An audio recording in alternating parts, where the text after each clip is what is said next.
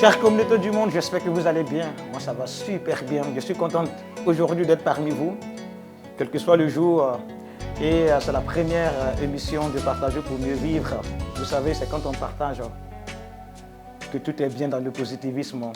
Donc aujourd'hui, j'ai l'honneur et la fierté de vous présenter une personne qui n'est plus à présenter. Un frère et un ami qui est toujours là. Et quand je l'ai invité, il ne m'a même pas demandé qu'est-ce qui va se passer. Il a dit que Karim, c'est la première émission et je vais venir. Et lui, c'est Erika Martella Baoli. Salut frère. Yes. Comment tu vas? Ça va bien, merci. Contente de voir. Merci, Comment tu te sens? Très bien, très très bien. Toujours un plaisir de te voir et de pouvoir échanger avec toi. Ça fait vraiment plaisir. Puis je parle beaucoup. Mais quand je suis trop content, j'arrive pas à bien parler, tu vois un peu. Ouais. Mais j'ai une question à te poser, Eric. Ouais. Parce que là, tu es un boxeur. Ouais, je suis boxeur professionnel. Professionnel même. Ouais. Un vrai combattant même. Ouais. Mais moi, j'aimerais savoir, c'est que à quel moment de ta vie où tu as su réellement que la boxe fera vraiment partie de ta vie? Ben, ça a été un processus. Au départ, ça a été plus... Je voyais les Mike Tyson, Mohamed Ali, je voyais un peu l'histoire de Mohamed Ali à travers... à l'école, parce que je m'intéressais beaucoup à l'histoire des Noirs aux États-Unis, particulièrement vu que le Canada est collé sur les États-Unis, voir qu'est-ce qui se passait justement au niveau du racisme aux États-Unis. J'ai vu aussi Mike Tyson qui lui disait que, justement qu'il se faisait respecter à cause qu'il envoyait tous ses adversaires au tapis. Donc moi, c'est comme si c'est venu m'interpeller. Mais au départ, je ne me voyais pas faire une carrière de boxe du tout. Moi, c'était plus un jeune adolescent de 15-16 ans qui voulait aller au gym, se mettre en forme, avoir un sentiment d'appartenance envers ou se trouver une passion. Parce qu'avant, je jouais au hockey sur glace. Puis, même, c'était très dispendieux. Ma mère n'avait pas les moyens de me payer le niveau que j'aurais pu jouer peut-être. Donc, je voulais comme avoir un sentiment d'appartenance envers un sport, puis je dirais me construire aussi à travers ça. Puis c'est ça qui m'a amené vers la boxe. Puis quand j'ai fait mon premier combat, à l'âge de 18 ans, que j'ai gagné en 45 secondes. Là, ça a pété, là! C'est ça. Puis de vivre aussi l'effet, tu sais, de voir tout le monde se lever à Landos. C'était dans un centre communautaire, mon premier combat à l'époque, à Beauport. Puis là, de voir aussi tout le monde vient te voir après. Puis, hey, c'est incroyable, il te serre la main, c'est fou que c'est fait, tu l'as envoyé au tapis. Puis là, j'ai dit, OK, je voudrais faire ça. J'ai fait un troisième combat. Là, j'ai monté comme ça. Je suis devenu champion du Québec, après champion du Canadien en 2006. J'ai voyagé, je suis allé aux Jeux de la francophonie en Afrique, au Niger, en 2005. Mon père est venu me voir boxer là-bas, justement, pendant 2 semaines. Donc, après, je me suis battu en Finlande, au Venezuela, plein d'endroits que, normalement, personne... C'est rare les gens que je parle qui me disent « Ah, je suis allé au Venezuela, je suis allé en Finlande, je suis allé... » Donc, même, je suis allé au Jeux du Commonwealth aussi en Angleterre. Donc, c'est comme ça que la boxe a pris de plus en plus de place. Puis, j'ai commencé à m'identifier, puis c'est devenu un mode de vie, c'est comme si c'était moi. Tu sais, la boxe, c'est comme c'était moi. Puis comme aujourd'hui, les gens qui me croisent souvent, ah, c'est le boxeur Eric Martel Baoli, mais en fait, moi, je boxe plus, ça fait depuis 2018. Mais quand je t'entends parler, j'ai l'impression que en fait, c'est la boxe qui t'a choisi, toi. Peut-être aussi. Oui, c'est ça. Peut-être aussi. C'est la boxe qui t'a choisi. Mais en même temps, c'est que tu n'avais pas été juste... La boxe t'a pas appris juste à être champion, de pouvoir te battre avec des humains. Non. Mais ça t'a pris aussi être même un champion aussi de la vie aussi. Exact. De ce qui est à l'intérieur de toi-même pour ton développement même personnel. Oui, clairement. Tu as vu ça? En fait, c'est sûr que, bon, on dit souvent, tu sais, dans la vie, ça prend des modèles. Oui. Moi, Mohamed Ali, je crois que par rapport à ma vie, Mohamed Ali, c'est le meilleur exemple. C'est pour ça que je l'ai ici, de tatoué sur l'avant-bras, The Greatest. En fait, lui était aussi impliqué, il était champion mondial, mais aussi champion de la vie, dans le sens où il s'est tellement impliqué au niveau même politique, idéologique. Il faisait des poèmes. C'est lui qui a fait le plus petit poème. C'est « Me, oui », moi, vous. Moi, vous, Donc, c'est comme si, justement, lui, ça a été un des grands modèles que j'ai eu à travers ma carrière. Puis encore aujourd'hui, par rapport à mon implication dans la communauté, il disait aider les autres, c'est aider soi-même. Oui. Donc, je crois aussi que le fait de moi pouvoir aider certaines personnes ou de m'impliquer dans la communauté, je m'aide aussi moi-même à pouvoir rester ancré avec des bonnes valeurs, avec une bonne hygiène de vie aussi maintenant parce que j'essaie de prioriser ma santé, je l'expose aussi, je dis à quel point c'est important, puis aussi de pouvoir continuer à évoluer puis à grandir comme être humain, comme personne. Puis sinon, on ne ferait pas l'entrevue aujourd'hui, je crois. Non. Tu as pleinement raison. Ouais. Mais en même temps, c'est que quand on te voit, on dit Eric, c'est un boxeur. Point. Ouais. Mais quand on rentre dans tes paramètres par ricochet, c'est là qu'on apprend que non, tu as même été gardien de prison, man. Ouais, exactement. Attends, tu avais même un flingue, man. Non, mais c'est la faute de... Est-ce que tu commençais un peu, mais tu vois, tu as beaucoup de choses cachées. J'ai fait beaucoup de choses. En fait, j'ai fait tellement de choses. Des fois, moi, je regarde ça avec du recul, je me dis, c'est incroyable. Parce que même pendant que je boxais, j'ai fini mon secondaire. Bien évidemment, j'ai fini mon secondaire, j'ai fini mon cégep en sciences humaines, psychosociaux, psychologie, sociologie. Après, je suis allé à l'université en sociologie. Juste une session parce que je trouvais que c'était trop vague. Là, des fois, j'arrivais dans certains cours là, avec Karl Marx, où là, je me perdais. Donc, après, je suis allé en communication à l'université, je suis retourné au cégep. Mais puis ça m'a amené à devenir gardien de prison durant ma carrière de boxe, même professionnelle. Mais tu sais, justement, l'horaire du temps fait en sorte que quand tu fais un 12 heures, tu travailles de 11 heures le soir à 11 heures le matin. En tant que gardien de prison, c'est difficile après de pouvoir faire des bons entraînements de boxe. Tu sais, après, je suis parti travailler pour la DPJ. Maintenant, ça fait 15 ans que je travaille pour la DPJ. Attends, tu travailles même pour la DPJ, man. Exactement ça. Depuis 15 ans. 15 ans. Donc, quand on se voyait là, dans les festivals, là, tu travailles pour la DPJ. Oui, je travaille pour la DPJ. Yeah, man. Donc, c'est la protection de la jeunesse, mais moi, je suis agent d'intervention. Oui. Puis maintenant, ça a changé de nom. C'est intervenant spécialisé en pacification et en sécurité. Mais là, on entend ma fille un peu. Mais c'est ça. Mais c'est ça. Donc, pour moi, c'est important aussi, ce rôle-là d'agent d'intervention est très important parce que justement, je me rends compte qu'il y a beaucoup de gens qui viennent qu'à s'identifier aussi à mon parcours puis à ma vie. Puis le fait d'être solide, d'être fort, il y en a beaucoup qui peuvent essayer de s'appuyer sur moi pour continuer d'avancer puis de devenir un modèle, en fait, pour non, mais Eric, tu es un modèle. Moi, je dis souvent, aujourd'hui, on vit dans une société où les modèles sont des personnes que peut-être qu'on ne verra jamais, on ne va jamais toucher, tu vois. Quand moi, j'étais enfant, là, un modèle pour moi, là, c'était l'instituteur du quartier. Et ma soeur ou ma cousine, elle, c'était la sage-femme. C'est ça, parce que nos modèles, c'est des personnes qu'on voyait, à qui on pouvait parler.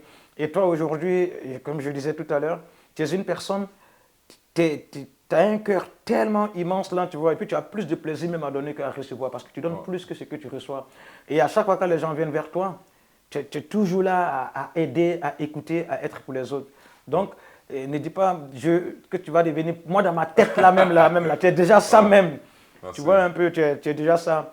Ben, en fait, je trouve que j'aime les gens, ma blonde me dit souvent aussi, c'est que j'aime avoir le contact avec les gens, peu importe c'est qui. Quand je sens que le courant passe, j'ai confiance. Puis je trouve que c'est important aussi d'être capable de faire confiance, puis justement de créer des liens étroits avec des personnes.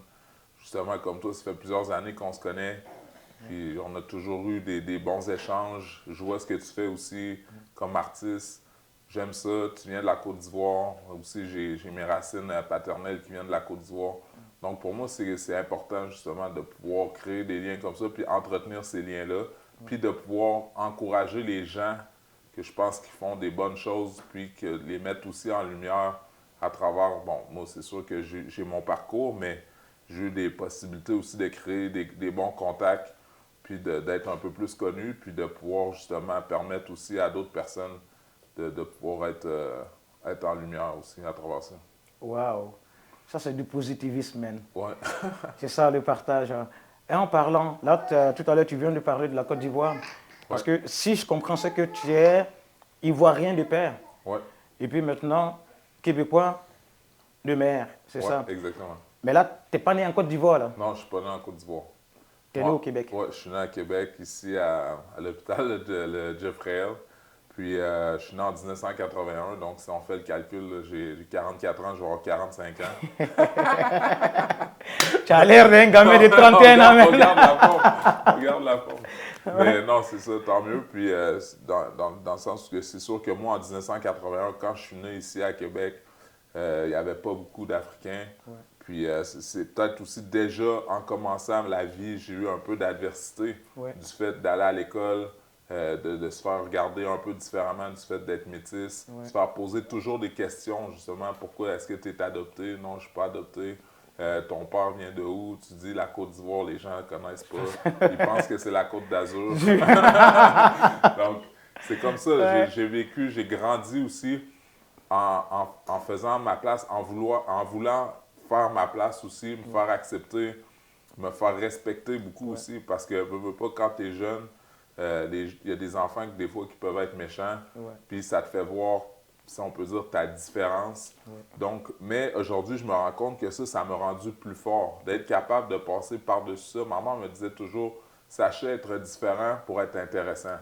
Donc, moi, ça m'a comme créé une force en quelque sorte, puis aussi une force de caractère, parce que j'ai été capable de tasser les personnes qui ne valaient pas la peine, qui pouvaient s'arrêter juste à ma couleur de peau quand j'étais jeune, puis sans aller plus loin. Donc, comme ça, pour moi, ça a été un moyen, justement, rapidement, de me faire une carapace, puis de pouvoir me faire évoluer dans la société ici au Québec. Mais en plus, à l'âge de 16 ans, je suis allé en Côte d'Ivoire pour la première fois pour rencontrer justement ma famille. Mon père, j'avais déjà rencontré quelques reprises, mais quand même, parce que mes parents se sont divorcés quand j'étais jeune. Mon père était reparti vivre en Côte d'Ivoire. Donc, ça m'a permis quand même à 16 ans d'aller voir mes racines. Puis j'avais besoin de ça en étant adolescent, de pouvoir voir de où je venais, puis aussi de créer un lien avec mes oncles, mes tantes, toute la famille paternelle. Ça, c'est cool, ça. Ouais. Et puis, parce que là, tes origines ivoiriennes, t'es baoulé. Ouais. Non, moi, je suis BT. Toi, t'es BT. Ouais, BT. Ah, les BT, ça, c'est les hommes forts de l'ouest de la Côte d'Ivoire, les Woody. Ah, ça, c'est vraiment cool, ça. Ouais. Ah, tu vois, je ne savais pas. Non, c'est ça, je suis BT. Ah, waouh. Ça, c'est bien, ça. Maintenant, là, tu me parlais de ton père. Ouais. Parce que la dernière fois, tu allais en Côte d'Ivoire. Ouais. Ton père était malade. Oui, en fait, je suis allé 2 fois il y a 3 ans. La première fois, c'est que mon cousin m'avait appelé, me dit je pense que ton père, ça va pas du tout. Bon, je savais qu'il y avait un cancer, mais le cancer évolue rapidement, le cancer de la prostate. Puis, donc, ils m'ont dit si tu veux venir parler une dernière fois avec lui, donc ce serait bon que tu viennes rapidement. Donc, je suis allé là-bas, j'ai parlé avec lui. Aussi, j'ai pardonné un peu aussi à mon père parce que je ne mentirais pas que quand même si mes racines sont extrêmement importantes pour moi, ça reste que j'avais un petit côté amer du fait qu'il n'ait pas été présent beaucoup quand j'étais jeune. Puis ça m'a rendu plus fort en quelque sorte ici en créant une carapace, mais quand même, je crois que mon parcours de vie aurait été différent si mon père avait été présent. Donc, en tout cas, mais tout ça pour dire que quand même, j'ai pardonné, je suis allé là-bas. Puis, je suis retourné quand j'ai appris, en fait, j'ai appris qu'il est décédé le 31 août. Là, les calculs, je peux le 3, il y a 3 ans et 3 ans et demi. Puis, je suis retourné avec ma conjointe pour les funérailles la même année au mois d'octobre. Puis, ça a été des moments quand même très, très difficiles, mais en même temps, très rassembleurs avec ma famille qui ont été très importants pour moi de pouvoir vivre le deuil directement sur place au village de mes grands-parents. Aussi de voir mes tantes, je suis très proche de mes tantes, une de mes tantes entre autres, là, que je parle régulièrement aujourd'hui avec la technologie, avec WhatsApp. Puis c'est ça, de pouvoir pleurer aussi parce que je veux pas, des fois, en tant qu'homme, on retient beaucoup les émotions, puis on fait comme si tout allait bien. Mais le fait de pouvoir vivre ça sur les terres natales de mon père, au village, avec toute la famille, pouvoir faire un discours aussi, pour pouvoir dire un peu, extérioriser ce que je ressentais, puis de vivre ça, ça a été vraiment particulier. Puis ça m'a fait grandir énormément aussi comme individu. Puis quand je suis revenu ici, ben je savais, on dirait que je voyais encore plus clair Puis je savais encore plus qu'est-ce que je voulais faire pour mon avenir, puis aussi pour ma famille. Ouais. Waouh, c'est vraiment touchant. Merci. C'est vraiment touchant parce que là, j'ai vu que tu dis que tu as pardonné à ton père. Ouais, Et peut-être que s'il était là, ouais, les choses allaient changer différemment, clairement. tu vois. Mais en même temps, souvent, moi, je me dis que souvent, les mystères de la vie nous amènent sur des chemins où on ne pensait pas y être. Exact. Et c'est là souvent que se trouve notre réel destin. Parce qu'il n'y Exactement. a rien qui arrive au hasard. Donc moi, je me dis quand même que ton père, là où il est aujourd'hui, il est vraiment fier de toi. Ouais, Sincèrement, toi là, aussi. ça, il faut vraiment le savoir. Et puis nous Ouais, aussi, là, tu es une fierté pour nous. merci. Et puis, comme on dit en Côte d'Ivoire, on est ensemble. On Là. est ensemble. Voilà. Maintenant, maintenant, la question que j'aimerais encore te poser, Ouais, j'aurais appris par quelqu'un d'autre que non, Eric est en train de préparer peut-être un projet aussi pour l'Afrique, ouais, pour la Côte d'Ivoire. Maintenant, on ne peut pas ouais, non, je comprends. voir un Mais peu en quelle fait, est. c'est suite au décès de mon père, Ouais, mais aussi il y a des choses que je savais pas, que je n'étais pas au courant, ouais, que j'ai appris quand mon père est décédé, comme comme nous, on a des plantations de cacao. oui, On a, ben, mon père collectionnait aussi beaucoup les objets d'or africains. ouais. Après, on a une compagnie aussi familiale avec, c'est mon grand-père en fait qui avait parti ça, c'est que on fait des sauces déshydratées.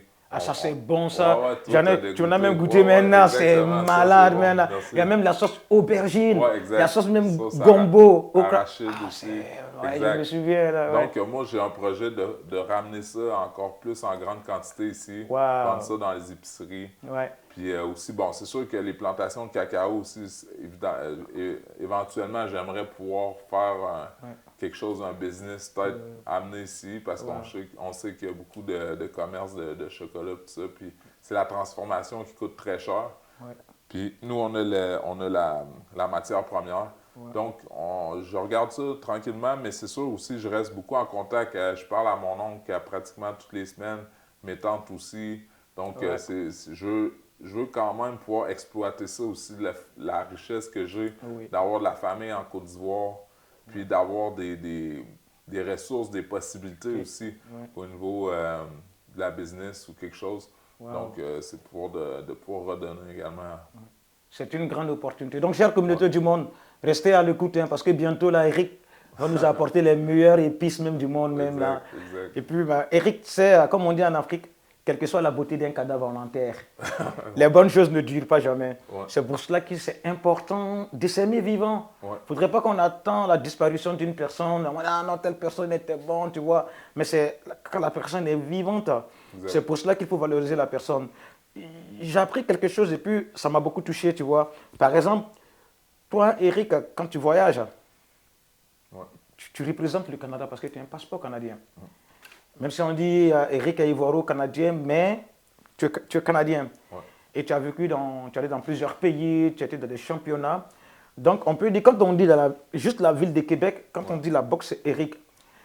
Mais je n'arrive pas à comprendre que quand il y a des championnats de boxe, toi en tant qu'un ancien champion, en tant qu'un boxeur ouais. même, qui encadre encore des jeunes, et on te fait payer même pour aller regarder un combat de boxe. C'est ça, je ne Ouais, comprends ouais. pas. Ah, mais ça, c'est la business, hein. Tu sais, des fois, tu sais, on dit des fois quand on est trop gentil ou quelque chose mais je peux pas expliquer vraiment, puis en même temps, je veux pas me mettre personne à dos en parlant de ça, mais je sais que des fois, il y a des gens qui n'ont pas nécessairement conscience aussi. Tu sais, il y a Oui, beaucoup les promoteurs souvent sont établis à Montréal ou sont établis à l'extérieur, oui, puis ils voient pas nécessairement tu sais, le potentiel que moi je peux avoir aussi pour faire connaître leur combat ou leur spectacle. Donc, ouais. je peux pas expliquer vraiment, j'ai pas de réponse à cette question-là réelle. Non, mais c'est plate pour eux, Ouais, là. ouais, c'est Mais en sûr. tout cas, tu es notre champion. Merci. Donc, Eric, sincèrement, là, ça a été vraiment un grand plaisir.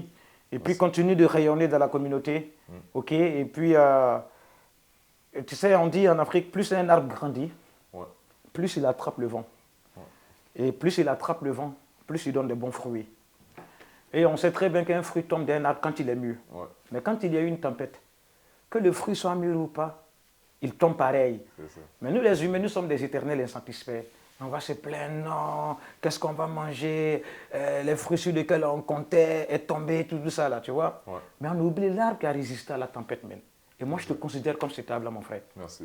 On est ensemble. Toujours. C'est ça. Donc, tu as vu tantôt, nous avons bien mangé avant l'émission. Yes. Ouais, Donc, on a été nourris grâce à un restaurant qui est sur la rue Saint-Jean qu'on appelle Yelkabé. Ouais. Quand j'ai leur parlé du projet, ils ont été ouverts, ils ont dit, écoute, j'ai dit, ah, c'est Eric. Il a dit, mais c'est cool, man.